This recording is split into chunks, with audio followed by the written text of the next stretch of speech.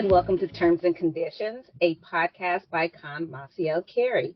I am your host, Letitia Silas. I am a traditional labor and employment attorney and partner at Con Maciel Carey. I lead the firm's traditional labor practice. Here on Terms and Conditions, we discuss workplace issues and the law in a grounded and accessible fashion to help your organization be an employer of choice. Our goal is to keep you informed about workplace law, your rights, and your responsibilities. We aim to help you stay ready so you don't have to get ready. Today, we are going to discuss restrictive covenants and non-compete agreements and what they mean for your business and your employees. By the end of this episode, you will be better informed about your rights and responsibilities when seeking to protect your valuable business interests with the use of these tools. For this discussion, I am joined by my esteemed colleagues, Jordan Schwartz and Darius Rohani Shukla. Welcome, gentlemen. Why don't you introduce yourselves, starting first with Jordan? Thank you very much, Letitia. It's great to be on this podcast. I've been practicing law for over 20 years now, and this is my first podcast, so I'm very excited. Like you, I do labor and employment law. Been doing that my entire career. I also kind of have a niche where I do Title III of the ADA, which is public access and helping hotels and restaurants and stores make sure that they have proper facilities that are compliant with the ADA.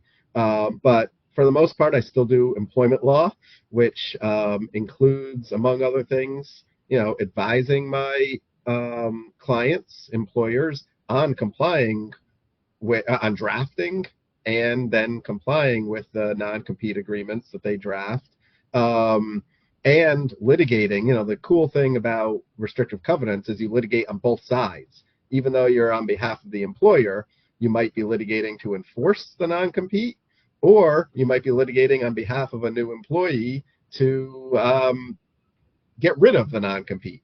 So I really enjoy this topic. Of course, I also represent clients in all the other traditional employment law topics like harassment, discrimination, wage and hour disputes, and every type of employment and labor issue that there is. And how about you, Darius? Hey, Letitia, thanks for having us on. Really excited to chat today. So a bit like Jordan, I spend a lot of my time working on employment issues that can range from litigation to counseling. To the purpose of the podcast today, some of my favorite stuff to work on is restrictive covenants, be it non-competes, non-solicitations, and then some of the trade secret issues that arise around them. So excited to kind of chat about that more in depth today. Awesome. So now, what is a restrictive covenant? Why don't we start there first? Sure, and I'll start off if you don't mind, Darius.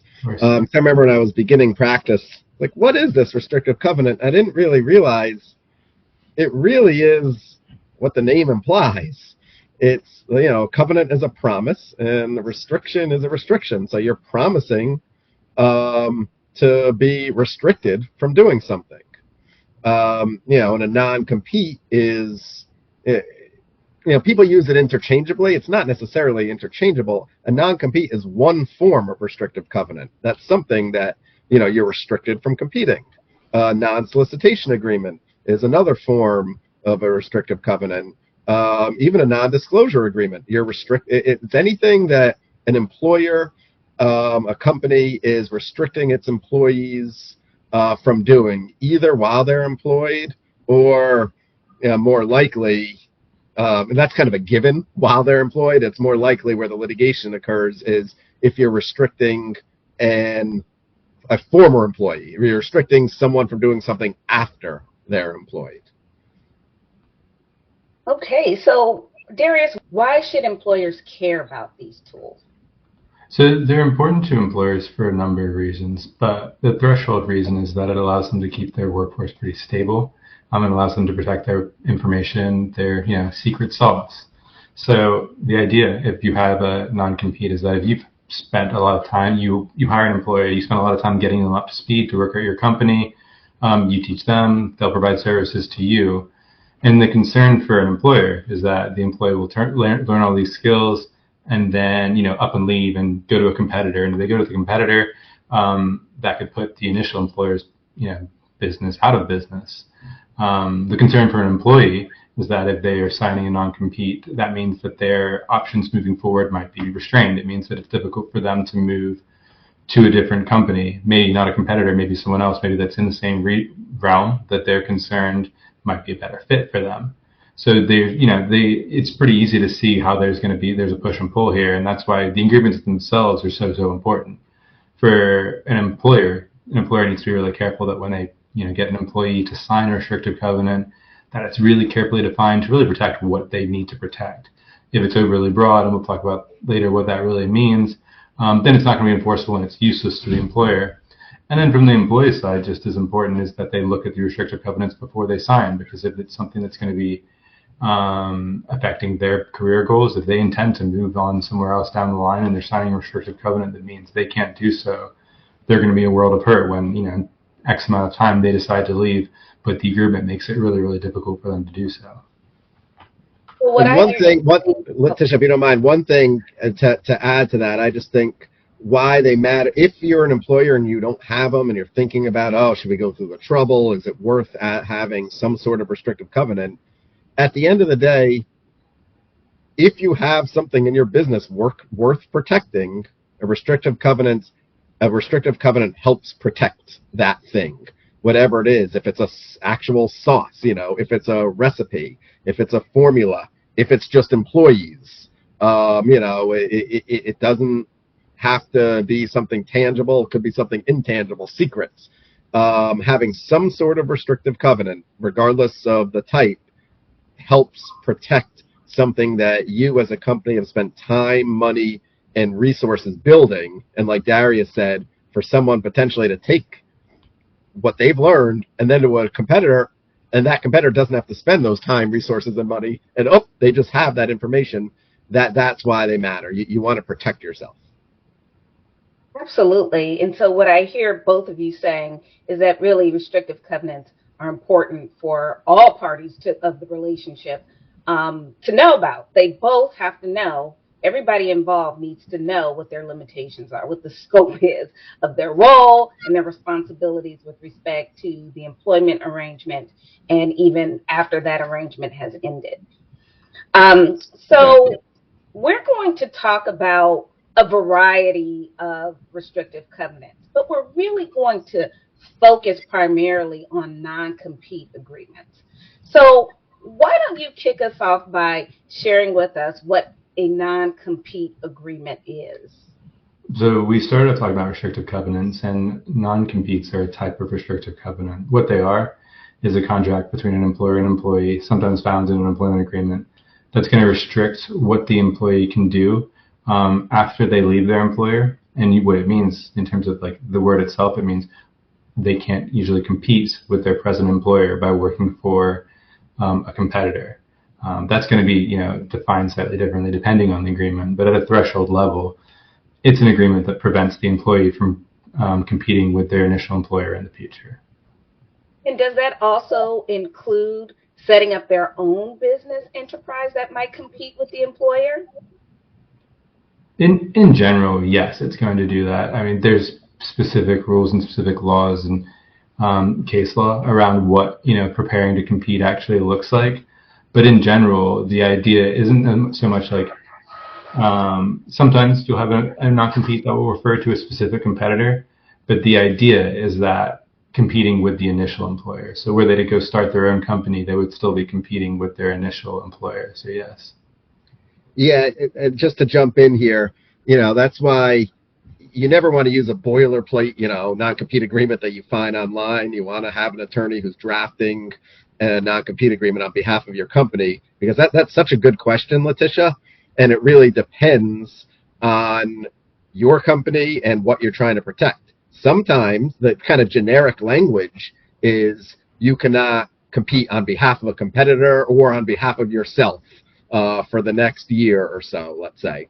But sometimes you actually want to draft depending on your industry, if you're worried about like your three main competitors, there's four big guys in the industry, and you're one of them. You want to say you can't compete, you can't go work for the other three, one, two, or three. Other than that, you're fine. And then if someone wants to start their own business, more power to them. So it just really depends on the industry and what you're trying to compete. But in general, it's just a typical, you are saying, yes, you also can't go open up your own shop, but that's certainly not universal. Right. Okay. So what are some of the restrictions that could be imposed under a non-compete beyond the I promise I won't go work for somebody else who competes with you, or I promise not to set up my own business that competes with you? Okay, so in terms of like what are the restrictions? I mean, the idea is one, role specific, but two, the main pieces are going to be, the geography and the time. And that can depend on the role. The threshold thing is that it really is going to depend on what the employee is doing. But a lot of times we find litigation around is the time, like how long before they can compete. Usually you're not going to find in a restrictive covenant that says you can't compete forever, but usually there'll be a significant period of time. And the geography will depend. I mean, it's changed a lot. Once upon a time, I think geography would have been a really central factor in non-competes. But now, depending on your role with remote work, if you have a restrictive covenant that makes it difficult for you to compete within the East Coast, and now that's probably not going to be a very helpful term in restrictive covenant, because you can probably take the same role and work remotely on the West Coast for some types of roles. So those are the other terms you might find in a restrictive covenant. There's I think kind of relevant to the discussion is this idea of the janitor rule. The janitor rule is a rule that's found in a lot of non-competes, and it's the idea that when you have a non-compete, oftentimes we'll talk about what role the employee can take in the future, but there's this idea that you can't have a non-compete in most jurisdictions that says you can't go work for this company in any role at all, i.e., let's say you're a basketball player and you have a non-compete. That non-compete can't say you can't go to another basketball team and work as a janitor. The idea, you're not taking any specific knowledge, any specific skills that were honed at basketball team one if you go work as a janitor at basketball team number two. Yeah, that's a good point, Darius. The other thing employers want to keep in mind when drafting a non-compete, though, is there's always like a push and a pull. You want it as narrow as possible so it can be enforced, but if it's super narrow, in terms of, I mentioned earlier, let's say you're only limiting it to 3 other companies, then it's possible you might actually be able to have it broader and say you can't work for those 3 companies because they are our only 3 competitors and we really don't want you. What Darius said is right about the janitor rule, but if you limit it to 3 competitors, you may even be able to say you can't work in any capacity. Whereas if you're just saying you can't go work to any competitor, however that's defined, we're not going to define it, in the entire United States or in the entire world, then you certainly want to say in the exact same capacity that you worked here as a VP of sales or something of that nature. So it's always a little bit of a push and pull about what is more broad. If one part of your non-compete is more broad, you want another part to be more specific, and vice versa. So what I hear you saying is that the non-compete has to be narrowly tailored with respect to the restricted activity, where the restriction will apply in terms of geography, and for how long the restriction will be in place in terms of the duration. Is that accurate? That is accurate, but there's one more key component. Everything you said is accurate, but it has to be narrowly tailored, and then the next phrase is to protect a legitimate business interest. Ooh. Okay, well, explain that to us. Yeah, that's the tricky part. But every single non-compete, you want to think about what legitimate business interest are we protecting? We have, and the easiest one is, we have trade secrets. If I go across the street to the exact same shop and bring company A's trade secrets to company 2, I am not protecting the company, or the company, by allowing that, is not protecting its legitimate business interests. If company A is not preventing the employee from bringing all the customer list, from bringing the standard operating procedures, anything that is something that benefits your company is a legitimate business interest. What the opposite of that is, Letitia, and what courts don't want a company to do is say, we don't want you to go work across the street because we want you to be handcuffed. We're annoyed that that you weren't a great employee and that you quit. Or, we just really don't like you. You caused problems here, so good riddance. You can't work for the next year. That doesn't cut it. Every non-compete agreement has to be somehow tied to a legitimate business interest. Then, once you get the legitimate business interest, to your point, it's got to be narrowly tailored. It's got to have the right scope. It's got to have, geographic limitations, time limitations, things of that nature. Another thing that we haven't mentioned yet that I'd like to talk about for a minute at some point is it's got to be supported by consideration. But all that is after we make sure that somewhere in the non-compete agreement it talks about why you're writing it, and the reason is some sort of legitimate business interest that you can articulate on behalf of your specific company. And so while we're talking about just sort of the activity or conduct to be restricted, are there some positions that an employer would be more interested in restricting in terms of while with the company or even after the company than others? For example, am I trying to restrict the person who makes the French fries in the back or flips burgers, or am I trying to restrict the gamer who comes up with all the coding formula for this specific game? Yeah, I think that's a good point. I think basically, the closer you are to the secret sauce, the more important you are to the company. With the French fry example, interestingly, there's been a trend across the U.S. in probably the last 5-10 years where restrictive covenants for lower wage jobs are really, really disfavored by courts all across the states, and that's because in those kind of companies, to your point, right, that kind of role can be usually replaced pretty easily, and if you have those kind of employees being held by a restrictive covenant, you're handcuffing sometimes, for the sake of doing so.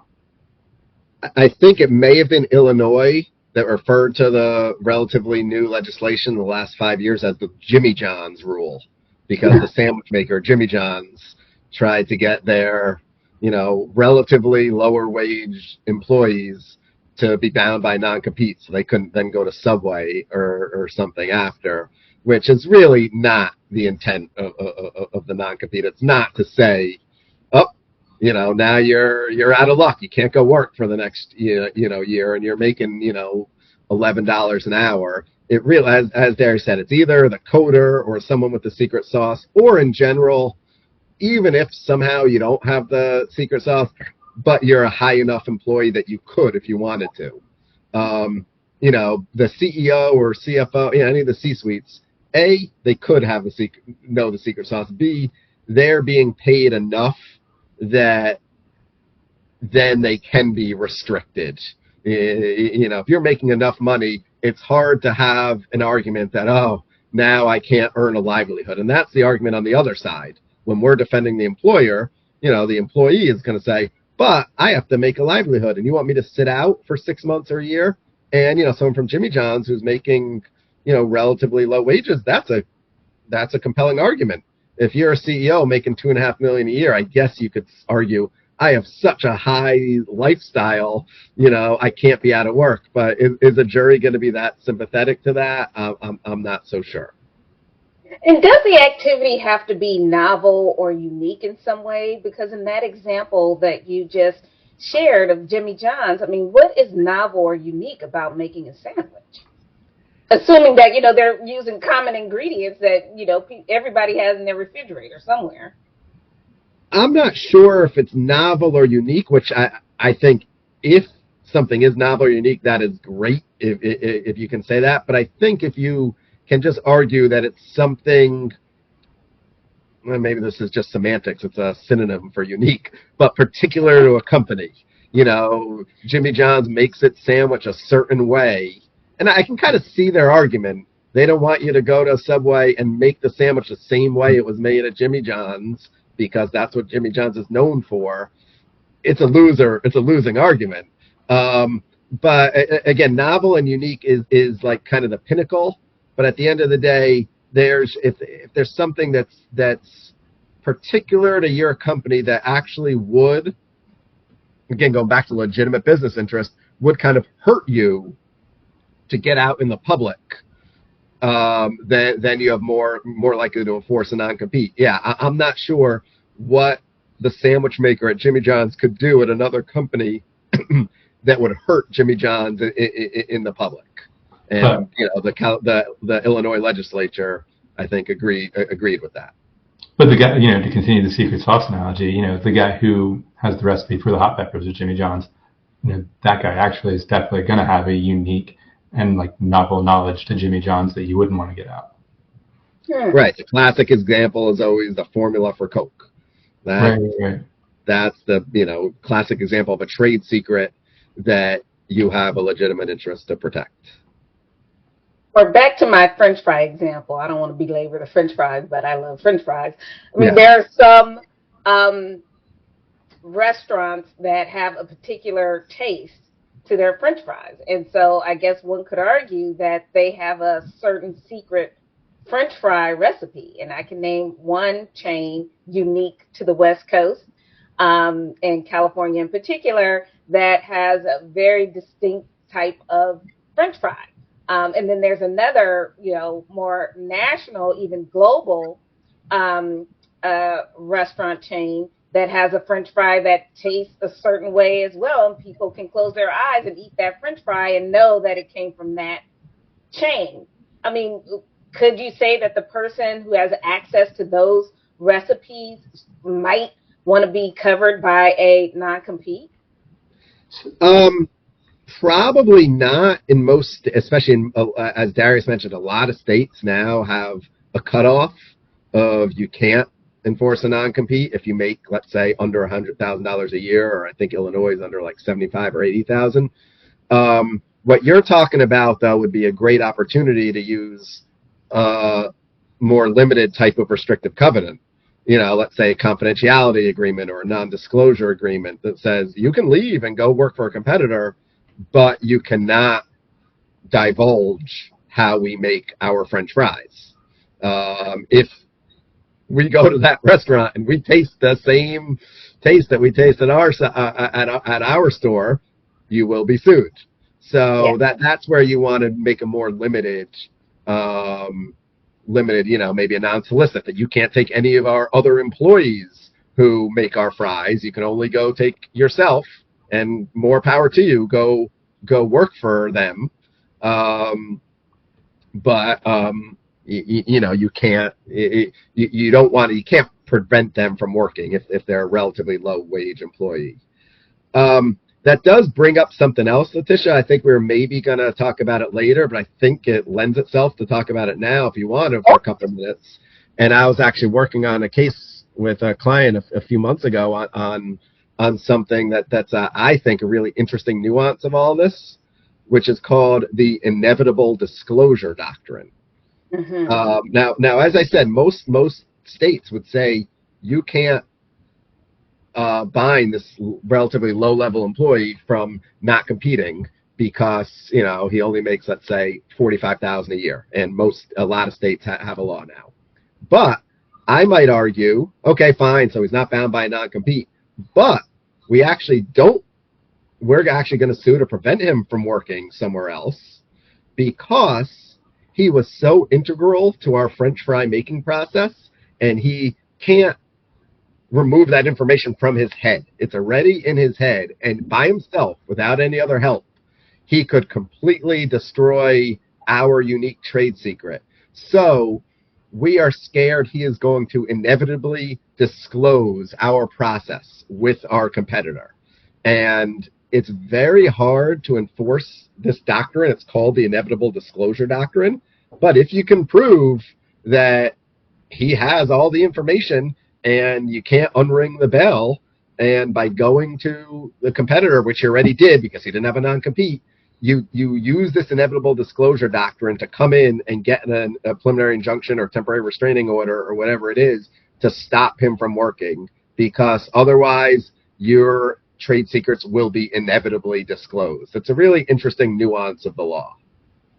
It really is, and it just brings to mind so many potential questions in terms of if you hire someone or bring someone on, say you're in the fashion industry, and I want you guys to share with us in a minute what industries are or professions would we most likely encounter non-competes. But before we do that, based on what you just said, Jordan, I think about if you are a fashion house, for example, and you hire a specific designer to design your, spring and summer line, or for however long they are going to be with the fashion house. And they're bringing their uniqueness and how they cut a shirt or how they design a handbag or just their flavor and style. And then they say, well, no, I'm going to leave Fashion House A and now I'm going to go to Fashion House B. Would Fashion House A be concerned that, hey, this person's style, their flavor is so unique that if they leave us and go to Fashion House B, they will inevitably compete with us because they're taking everything that we've built our fashion house on based on their style? Yeah, that's a great question. The slight difference from the typical example is it's the employee is the one who's so unique, whereas in the French fry example, the employee wasn't necessarily unique. The French fry making process was unique, and the employee knew about it. So he was taking the company A's secret and taking it to company B. Here, it's in your example, the fashion designer is taking himself. Or herself. Yes. That can't really be protected. But to your point, if even though it was his own individual style, if Fashion House A trademarked all that stuff, or you think of it really depends. When you see some of those clothes, do you think of Fashion House A or do you think of the designer? If you think of Fashion House A and then he's going to go and do something similar to Fashion House B, maybe you could use the inevitable disclosure doctrine for a certain amount of time. But his argument might be, I'm unique, I can do other unique things, and, this is me. You can't separate my style from me, where, again, with the French fry example, you could separate the French fry from the person. So that might be a distinction, but that's a really, really good question that would depend, as lawyers love to say, would depend really on the specific, facts of the case. Darius, what are your thoughts? Well, yeah, I mean, the fashion one's an interesting example, I think, because typically when you're thinking about restrictive covenants, and I think we're talking about trade secrets a bit too, the idea of a trade secret is that it is in fact secret, right? Like it isn't known. It gets some value from being secret, and that there is measures in place to protect it, right? That's kind of how you describe a trade secret. With this fashion example, like it's pretty interesting because there's nothing secret about it, right? That is just someone's creativity moving from one employer to the next. So I mean, I think it'd be a really tricky argument. Fashion House A hurts, right? And I think that's why employers have employee agreements that are going to define how an employee can leave, when an employee can leave, because they are so intertwined with this employee's creativity. But to the extent I think it'd be a very tricky argument for Fashion House A when it's and the thing is to your example, the employee goes to Fashion House B is entirely creative. If they're continuing their creativity, there's probably not going to be a ton of connection to Fashion House A beyond the fact that they worked there before.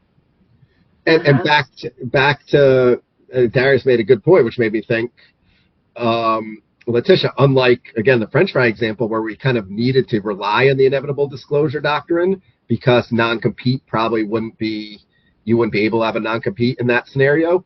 In your scenario, that's the exact reason you want a non-compete for this designer. You don't want him to go across the street to a different design, to a different company. So at least for a year or two, let's say he has to sit on the sidelines, and as you know more than us, Letitia, a year or two is an eternity in the fashion world, right? Well, yeah. And then if he wants to go back to making the same designs from 2 years ago, maybe more power to him once the 2 years are up. But you can't have a non-compete forever. But in that case, you might be able to get it for a year or two. So yeah, I think we kind of went full circle, and your example goes right back to why a non-compete would be important. And And then that goes also to your question of maybe the fashion industry, and I hadn't thought of that, might be a good industry for non-competes to be useful. Although I've represent retail stores, I've never, represented fashion designers or anything of that nature.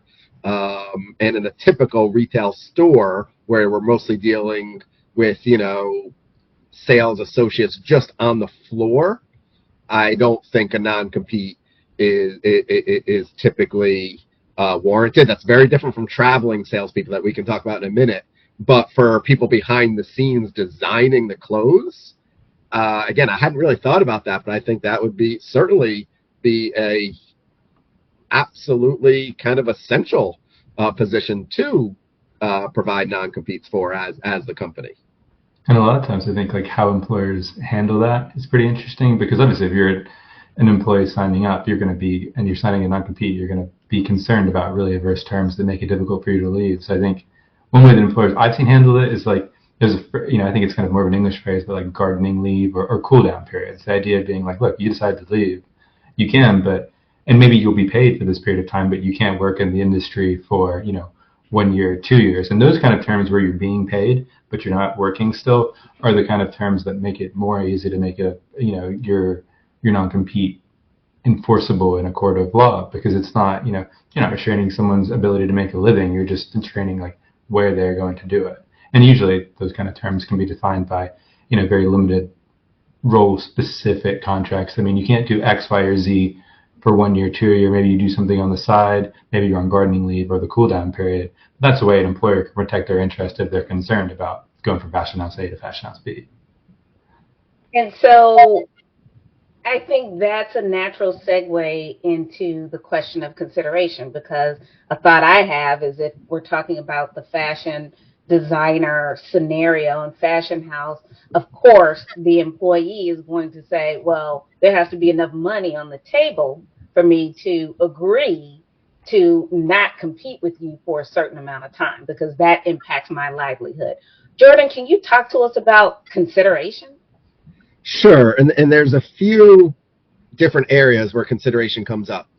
First is, and I think Darius may have mentioned it earlier, when you sign the non-compete. The ideal scenario is you get an employee, and immediately upon the start of the employment, you have the employee sign the non-compete. And that's part of the consideration package. Let's say this employee is making, $150,000 a year. Part of that package is he's signing the non-compete. Otherwise, you could argue if you had to in a deposition or something. Otherwise, we would have given him an offer for 120. Typically you don't have to break it down that way, but that's kind of the way you think about it. The next part is you just hire him. For whatever reason, you don't think about it. And again, I'm talking about on behalf of the company, because that's where we do most of our work. You don't think about it, and then 2 years later, you say, "Oh shoot, we didn't realize we wanted to sign a non-compete. Either we're worried he's going to leave, or we just forgot about it, or things of that nature." So then you have him sign a non-compete. And some states might say, you know what, just having him sign the non-compete and continuing his employment, that's sufficient consideration. So you want to talk to a lawyer to know if you're in a state where just continuing employment is sufficient consideration. But a lot of other states say, you know what, that's not. You need something else. And you kind of don't want to be, silly about it. You don't want to say, hey, here's $1. Technically, the law says $1 is consideration. You'd want to give this person, a bonus of some significance as consideration. You also could change the title. If someone goes from a VP to a director or something like that, that's probably consideration. But again, that should come with a raise. Don't just change someone's title and not give them a raise, because that would be tough to argue in court that you gave them consideration. They got consideration for the non-compete. So that's the consideration part when they're signing the non-compete to be valid. But to answer also the second part of your question, Letitia, or what I'm going to read into the second part of your question is at the end, when you're trying to enforce the non-compete, or you're ending the employment relationship, and Darius kind of mentioned this too. It depends if the individual is leaving on their own or you're firing them, and that gets into a whole other topic about whether you can enforce on termination, and we'll table that for a minute. But if you provide some sort of severance, that's ideal, and especially if you can tie the amount of severance to the length of the non-compete. If it's someone who's a high-level employee and you say, we're going to enforce a 1-year non-compete, we're also going to put you on quote-unquote garden leave for a year, and that means they're being paid for the next year. It would be extremely difficult for that employee to then go to court and say, it's not fair, they're restricting my ability to earn a living, all the typical equities argument that an employee would make if you're still paying them. So if at all possible, I recommend garden leave for the exact same amount of time as the non-compete. So, while we're talking about non-competes and consideration and fashion houses and French fries, why don't we identify some other industries and professions where non-competes are more common in your experience? You want to start, Darius? Yeah, it's one of the main ones is sales employees are under non-competes a lot, and that's because when you think about what sales employees have is they work really, really hard and they build relationships with the individuals that they're selling, services to, or services or a product to. So those employees, they're vital. And if they leave, that is a massive stream that the stream of income that the company will leave. And it's very, very difficult to replace them because, like I said, it's based on these relationships usually. So sales employees are often under these. And it's one of the more, you see those pretty frequently in litigation.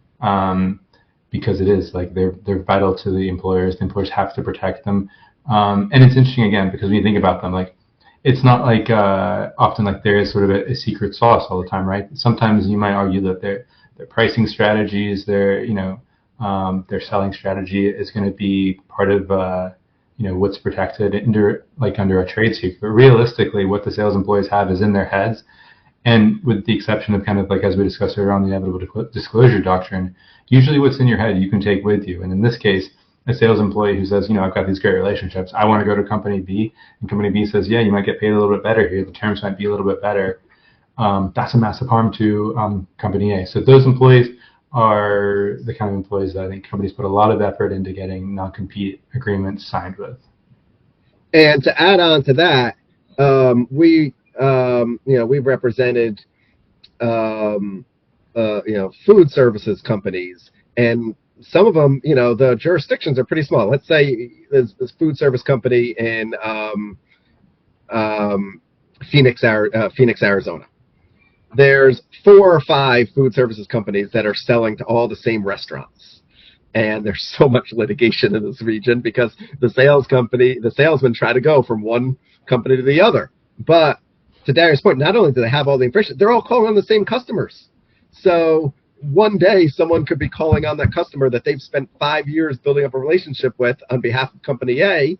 And then if you don't have a non-compete, the next day they're calling you and say, hey, you're about to send me, 20 pounds of this food, or I was going to provide you 20 pounds of this this item for your restaurant. Well, now I can provide it for a few dollars cheaper. It's just I'm working for a different company now. And the guy will say, sure, that sounds great. And, company A just got undermined. So the big thing with salespeople is, that they're calling on the exact same customer. So you don't want someone, that's why at least you want them to sit out for 6 months or a year. Then they have to try to build up the relationship with the customer again, instead of literally just going to the customer the next day. And then other than sales, certainly pharmaceutical companies, think of companies like Pfizer, Novartis, companies that have a lot of proprietary information. I think Darius had mentioned earlier, with trade secrets, one thing you need to be able to show to a court, to demonstrate to a court, is that it's actually secret. So any company where some of their secrets are important, and again, if you think of drug companies, pharmaceutical companies, they don't want their competitor to know what's exactly going into their drugs. So I think that's a big one. There's a lot of other medical fields. Some states actually don't let you have non-competes with doctors. Plenty others do, and I actually see non-competes a lot in the medical field. And you think, oh, that seems kind of a little not ideal from a public policy standpoint.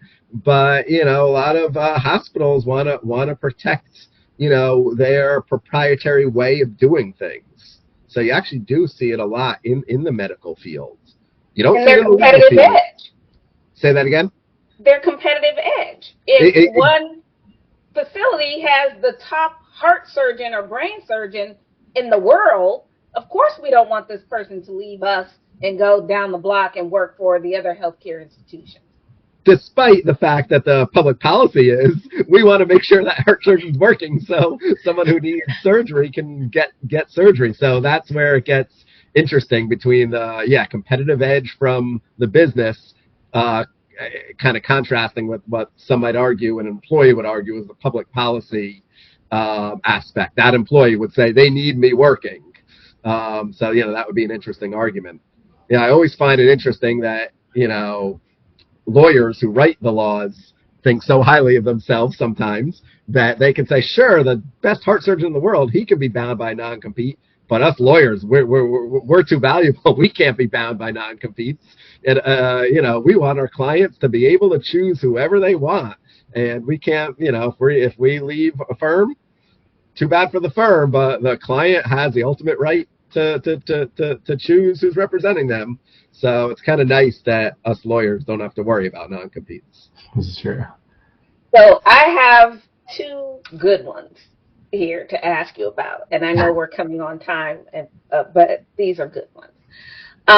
One is the tech industry, and you see a lot of competition happening right now trying to claim the AI space, right? Who's going to really lead that space? And I think there's one tech giant that was offering a several $100 million signing bonus to sign on with them to help them really dominate in this space of AI. I mean, Letitia, do you know if they need a lawyer? I mean, I love MSL, but $100 million signing bonus, I can provide them good employment law advice. Wouldn't that be an example of, okay, you just paid this person a $300 million bonus to sign on with you? Of course, you don't want them to leave you, especially when, there's several tech companies that are racing in this AI race, when we know that everybody is thirsty for the person who can help them really dominate the space. We don't want that person to leave and then go work for someone else. And in this space, would it really be, what is considered the geography? Like, what's the, in terms of the space? Well, Darius, you go. No, so I would say that. I mean, I'm sure geography isn't a like geography, like I was saying before, isn't always a factor. But I would bet for something like AI, I mean, like because it is so computer based, I don't think geography is going to be a real factor. I think you were going to be very unlikely saying like, and particularly if you're getting athlete signing bonuses for an employment contract to say this can't be a worldwide ban. I mean, I think as well. Non-competes have been around for a long time. In the 50s or 60s or 70s. Geography may have been the most important factor.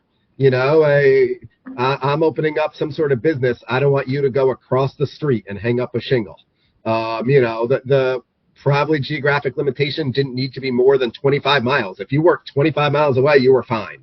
Now, as Darius said, especially in the tech industry, but in most industries, you could easily argue that there's geographic limitation just isn't relevant. As with the fashion, the duration is relevant. And AI, if someone's out for a year, that might be plenty of time because things happen so fast. But for so many years we said you got to have geographic limitation, duration, and scope. You got to almost forget about the geographic limitation. Some of these, I don't see it. I don't think a court would find it unlawful just because it doesn't. And like you said, how could you have a geographic? It just doesn't make sense. It is interesting that like those geographical limitations, like I remember looking at them once upon a time, and it would be like 25 miles, like as a crow flies, and that's how you would determine whether it was a reasonable limitation, and that, for some things just seems so archaic now. Absolutely. Another example I have, and this is very fresh, and we're seeing it more and more now.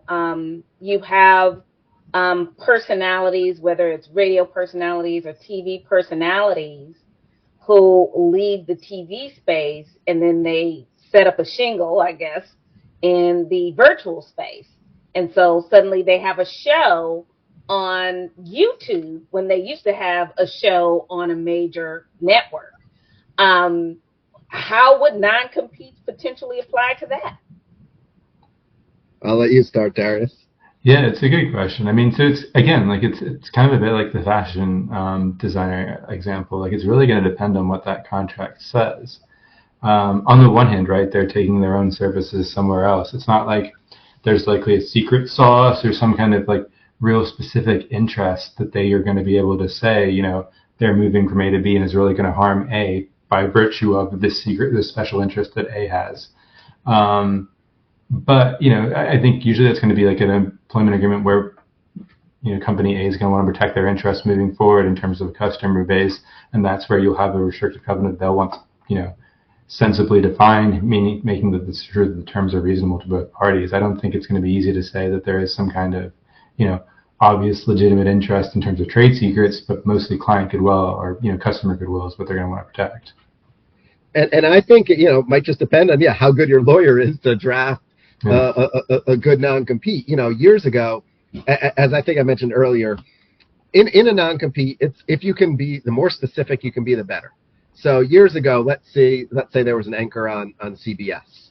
Maybe they had a non-compete that instead of just saying you can't go compete, to a competitor, they actually defined you can't go to ABC, Fox, NBC, or anywhere on cable. Let's say they defined it that way. At some point, someone probably got the short end of the stick, and they kept that non-compete language, and then all of a sudden someone's like, haha, now I'm on YouTube, and then the lawyers had to go scramble, be like, we got to change our non-compete, and now it says you can't go to NBC, ABC, CBS, cable, or any streaming service, or any virtual, and you just have to keep on basically defining it with the times. But if you didn't, and you just said you can't go to a competitive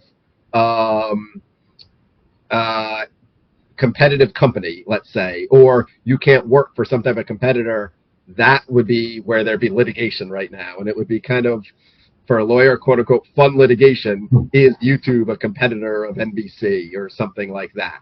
And again, that's why you want it. The more specific you can be, the less likely there is for litigation over a specific word. But to your point, now I would argue that you certainly could say how a streaming service is a competitor to a TV station. 5-10 years ago, maybe it would come out the other way. Well, especially now where research has shown that most people are getting their news from social media, and most people are watching YouTube versus cable. And so if you have someone, say they have 2 million followers or more, and suddenly they leave your network and they go start a show on YouTube, I think an employer would say, well, they're taking those 2 million followers that really found them on our network and were viewers of our network, and now those 2 million are going to leave us and watch them on YouTube. And exactly, Letitia, and to that point, and circling it kind of back to the beginning, if you were in court and arguing about whether the non-compete should or should not be enforced, my main argument would be, we just lost 2 million viewers, or our non-compete should be enforced because clearly there was a legitimate business interest. The interest wasn't to stop this one person from broadcasting. The legitimate interest was for us to not lose 2 million viewers. So that kind of ties it all back to what the whole point of the non-compete is, to protect whatever it is you're trying to protect, your secret sauce, your viewers, your designs, whatever your business is, you're drafting the non-competes to protect yourself. And And this YouTube is has why been, you need to be calling Jordan and Darius to draft your non-competes, especially in this changing business environment. Exactly.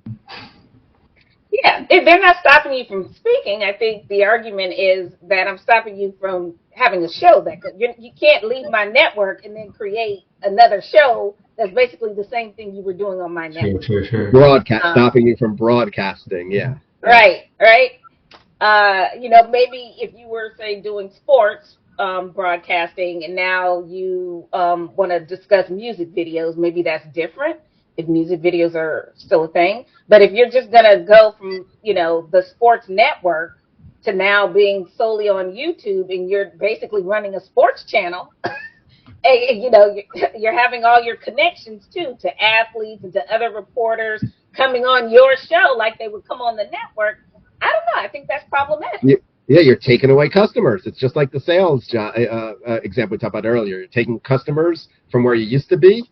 Then they invested a lot of time, money, and effort to you, and now you're saying thank you, and now let me take those customers away from you.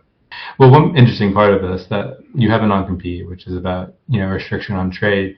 The second part of this that really touches on kind of a business's real central tenet is their customers and their other employees, and these are non-solicitation agreements. Non-solicitation agreements are another type of restrictive covenant which an employee will sign, and the idea being that once they leave, it'll kind of define the terms around whether or if they can solicit clients or their colleagues at their first company. And those are pretty interesting because that's, again, another place where a lot of litigation comes up, because usually what happens is when it comes to, we'll start off with customers, the idea is that once you leave and go somewhere else, if you are lawfully at employer number 2 and you have these customer relationships, typically, not always, and it's going to depend on a case-by-case basis, what a non-solicitation agreement will say is that you can't reach out to these customers, but it's really difficult to restrain the actions of a customer. So if a customer follows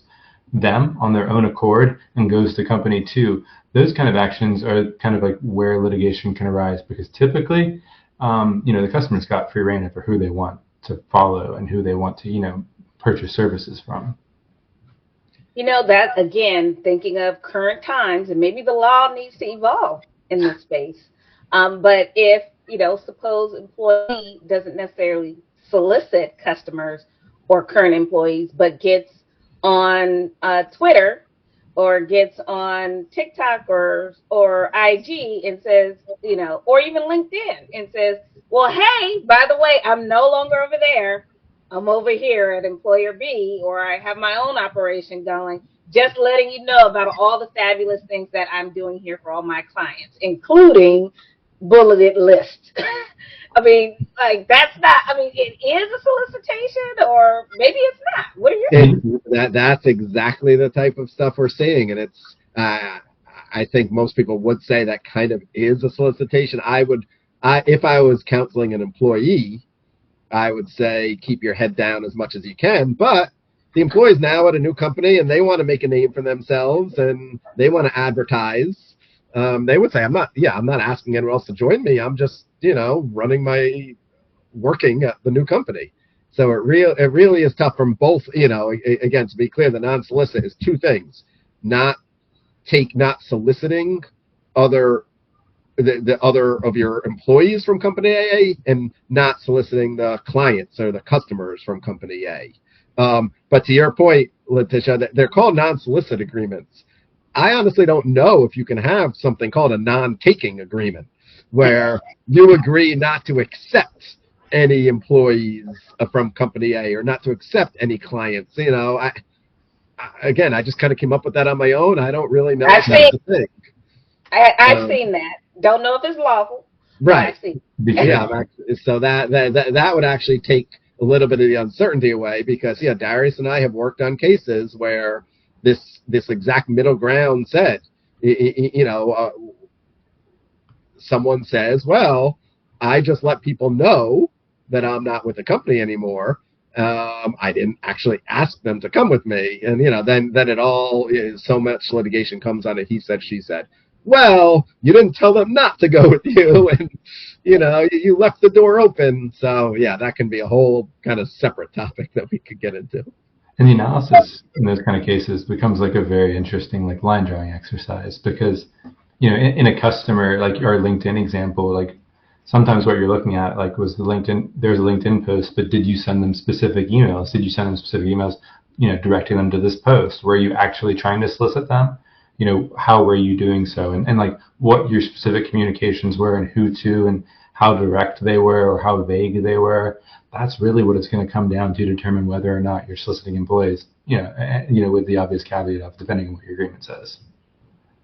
Well, it sounds like we are trying to apply a necessary but old law and framework to a new and different business landscape for many, especially in the virtual space. So it sounds like folks should be reaching out to the two of you to help them, understand what their rights are and opportunities are in this space as things are changing, and you want to make sure that you have all bases covered. So that said, two last points, then we got to go. But the first one is, Jordan, tell us the current state of the FTC rule, and then I want both of you to tell me what it means or could mean if the employer is the one who terminates the relationship. FTC rule is no more. Some of you might know that I think it was in April of 2024, the FTC instituted a rule saying non-competes throughout the country were no longer lawful, and even retroactively. That never came into effect. It was supposed to come into effect in September of 2024. I had lots of clients calling in July. What are we going to do? And I said, just wait. Everyone reading the tea leaves, we all kind of thought a court was going to strike it down. The court struck it down, kind of being an overreach for the FTC. And the FTC recently decided they're not appealing anymore. So hopefully no one's under the impression that non-competes are no longer lawful, because that actually never happened, and now it is certainly not happening. Other than in the 4 states, there are 4 specific states, if I can remember them. I believe it's California, North Dakota, Oklahoma, and Minnesota. Non-competes are basically not legal there in any way, shape, or form, at least connected to employment. They may be legal connected to a sale of a business. But yeah, let's forget about the FTC rule at this point. Thank you, Jordan. Darius, why don't you talk to us about what happens if the employer is the one who ends the employment relationship? Should the non-compete still stand? So, yeah, it'll depend, right? So usually what happens when you have an employment agreement with a restrictive covenant within it, oftentimes how they're drafted, and again, to go back to the central thesis of today, really important to have a good lawyer draft these and review them before you sign them. They'll have specific requirements depending on who terminates and how much notice is given. So oftentimes, if an employer terminates, there will be specific clauses indicating how the restrictive covenant is applicable. And the same for the employee. If the employee terminates and for what reasons will depend on how the restrictive covenant will apply moving forward. Typically, when you draft it, you want your restrictive covenant to be, universal. It's going to happen no matter what happens, no matter, why you leave. But there are incidents like these are contracts, right? So if an employer breaches the contract, then that can change how the restrictive covenant applies moving forward. And I'll just add in a little bit, Letitia. For the most part, and from a policy perspective, even though I'm on the behalf of employer, like I say, you represent both sides. I kind of disagree with this, but for the most part, if you terminate an employee, as an employer, you can still enforce a non-compete against that employee. I think that's wrong. If you terminate them for cause, I think you should be able to enforce it because, then they're almost like trying to get fired. It's just like they're quitting. If they steal something from you, you want to be able to enforce it. But what? And I've argued this before, and there may be a few states, I think New York, where I argued it, actually doesn't fully allow non-competes to be enforced against terminations without cause. And, the rationale from the court is you shouldn't be able to use a non-compete both as a shield and as a sword. If you think about it, it kind of really is unfortunate for the employee for a company to say, we don't want you working here. We're firing you. We don't think you're good enough to work in our company. By the way, don't breach a non-compete. We don't want you working for a competitor either. Seems like, what do you mean? You didn't think I was good enough? But most states actually allow you to enforce a non-compete. I kind of think if you quit, it's one thing. I do think it really is a balance of equities issue if you get fired for no reason and then can't work. But most states allow a company to do that. Yeah, I mean, it's so interesting. Like, if you apply that to the geographic restriction, which I know, like kind of we mentioned, doesn't apply as much. But if you're living somewhere, you have a geographic restriction, you're fired, and then suddenly you can't compete. I mean, you're in such a tough position because by definition, it means you're going to have to either, find somewhere outside of the geographic restriction, which has massive implications for someone's life, right? And that's hoping that there is a position available. Yeah. Thank you. And with that, I think we have fully explored this topic. I want to thank our very special guests, Jordan Schwartz and Darius Rahani Shukla, who are both attorneys in our Washington, D.C. office of Kahn Maciel Carey, a national labor and employment law firm representing employers across the country, across all industries, in workplace matters. So until next time, stay ready so you don't have to get ready. Thank you. Thanks, Thank you. Fun.